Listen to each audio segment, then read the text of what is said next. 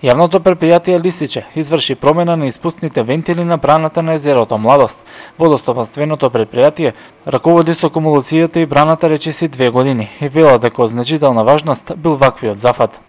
Веднаш по добивање на таа дозвола утврдено е дека испустните вентили кои што служат за темелно празнење на акумулацијата се во лоша состојба и при одредени неповолни околности можно е да представуваат голема опасност. Поради таа причина ЈПО Лисиче Велес ја обезбеди целокупната потребна проектна и техничка документација за санирање на оваа појава, а преку владата на Република Македонија, односно Министерството за земјоделие, шумарство и водостопанство, се обезбедени 3 милиони и 100.000 денари за решавање на овој проблем, за промена на испустните вентили. Од Лисиче очекуваат акумулацијата да представува сигурен извор на вода за околу 1200 хектари на лозови и овошни насади кои ги има во околината, но и за безбедноста на се поголемиот број на туристи и рекреативци. Подршка на зафатот даде и велешкиот градоначалник Чадиев. Јас сум задоволен од тоа што го слушнав, дојдов и на лице место да се уверам на начинот на сменувањето на вентилите и секако по неколку дена кога ќе биде завршена целата операција, кога ќе бидат подготвени вентилите да се пуштат во пробна работа, ќе бидам и на лице место присутен да видам што е тоа што ќе излезе, нели, нормално од долните слоеви на езерото. Едноставно сите оние работи што се одвиваат на територијата на општина Велес не засегаат и нас, локалната самоуправа, односно мене како градоначалник. Затоа сум тука и ќе видам секој што има потреба во тој сегмент. Од јавното претпријатие Лисиче велат дека 30 години не се водело грижа за оваа брана, но напоменуваат дека со сеизмичкиот мониторинг кој тие го вршат, увиделе дека браната се наоѓа во добра состојба. Редовно се следи на ниво на минимално, односно на биолошки минимум кога е и на максимално ниво во овој период кога има повеќе вода, така да стабилноста на браната не е доведена во прашање. Значи помали инвестиции имало. Сизмичкиот мониторинг исто така чини и е инвестирано во тоа и редовно се следи состојбата. Од јавното претпријатие велат дека во соработка со Министерството за земјоделство, шумарство и водостопанство интензивно се работи на проектот за поврзување на браната Младост со хидросистемот Лисиче.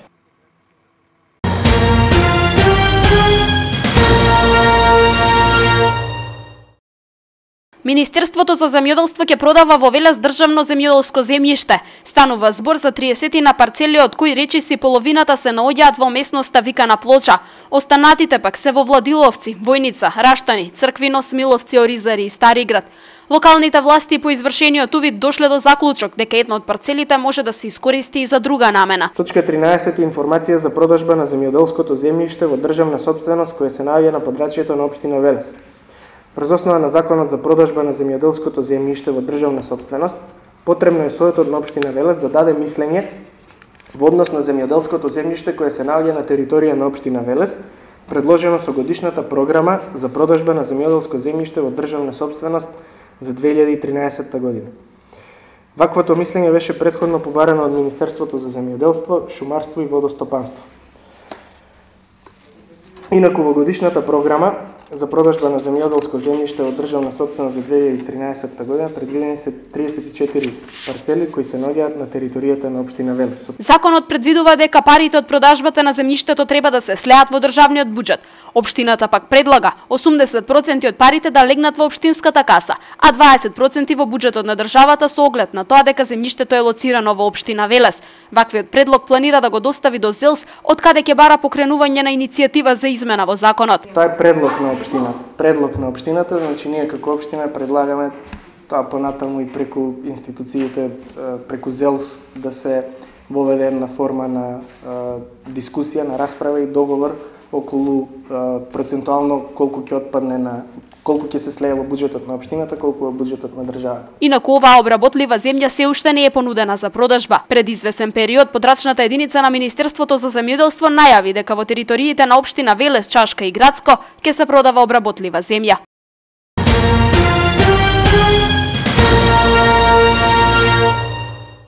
Граѓаните кои не подмириле долг за радиодифузна такса останаа без одредена сума на пари на нивните сметки. Управата за јавни приходи со принудна наплата ги реализираше овие побарувања.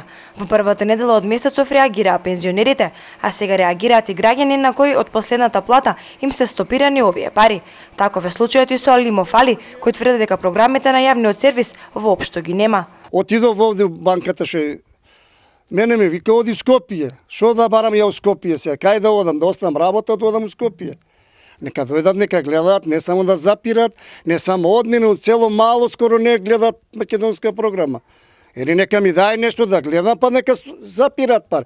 Ја против немам за тоа.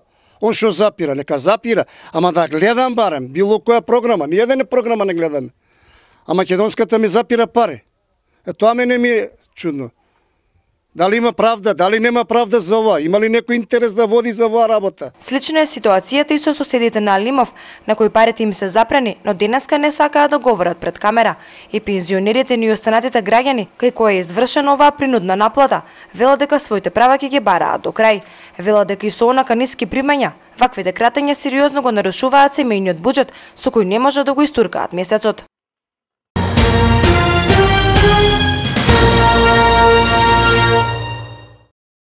Делегација на владата на Република Македонија, градоначалникот Славчо Чадиев и семејството денеска го посетија вечното почивалиште на Анита Кришан Лозановска.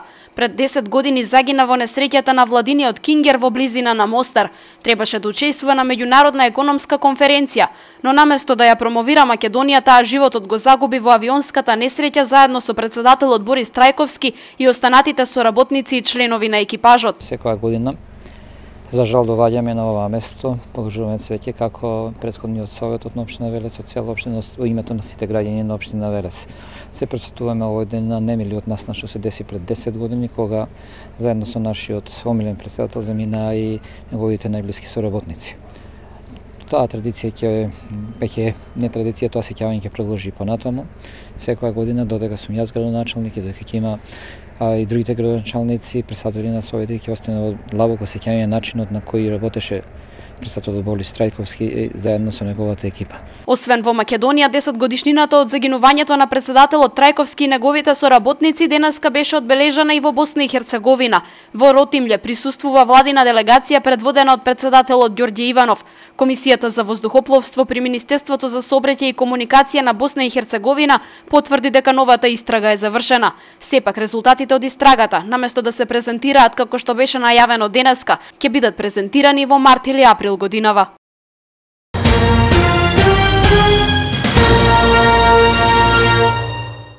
Општинската каса не е полна, но има доволно средства за да може добро да функционира.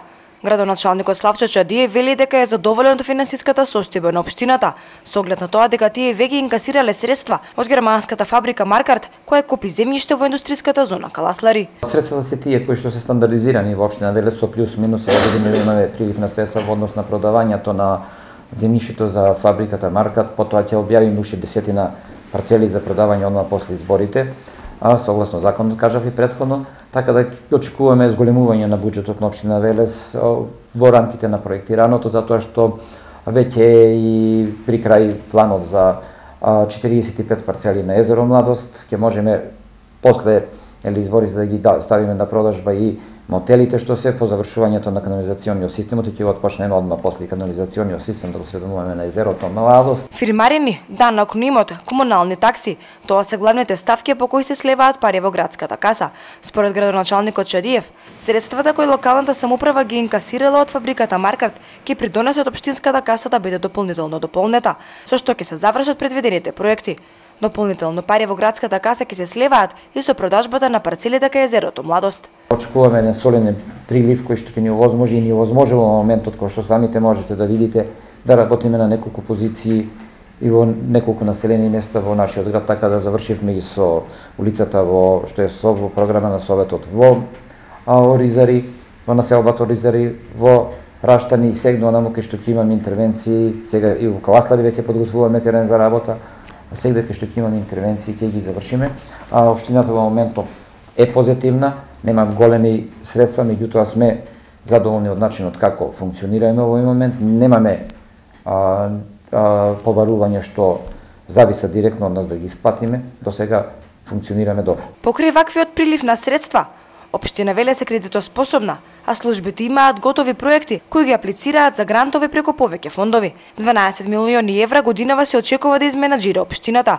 Околу 5 милиони се наменети за реализација на програмите и поддршка на активностите во сите области од општественото живење, а останатиот дел се пари наменети за плати на администрацијата.